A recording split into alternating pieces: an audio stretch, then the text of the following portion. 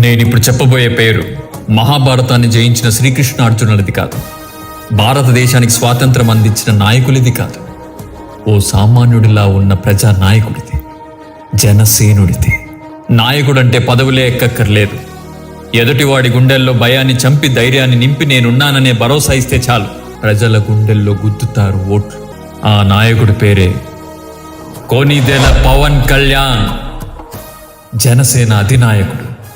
రాజకోటలు దిగి మన కోసం నేలకొచ్చాడు. గెలిపించుకునే బాధ్యత మనది. గెలిపిద్దాం.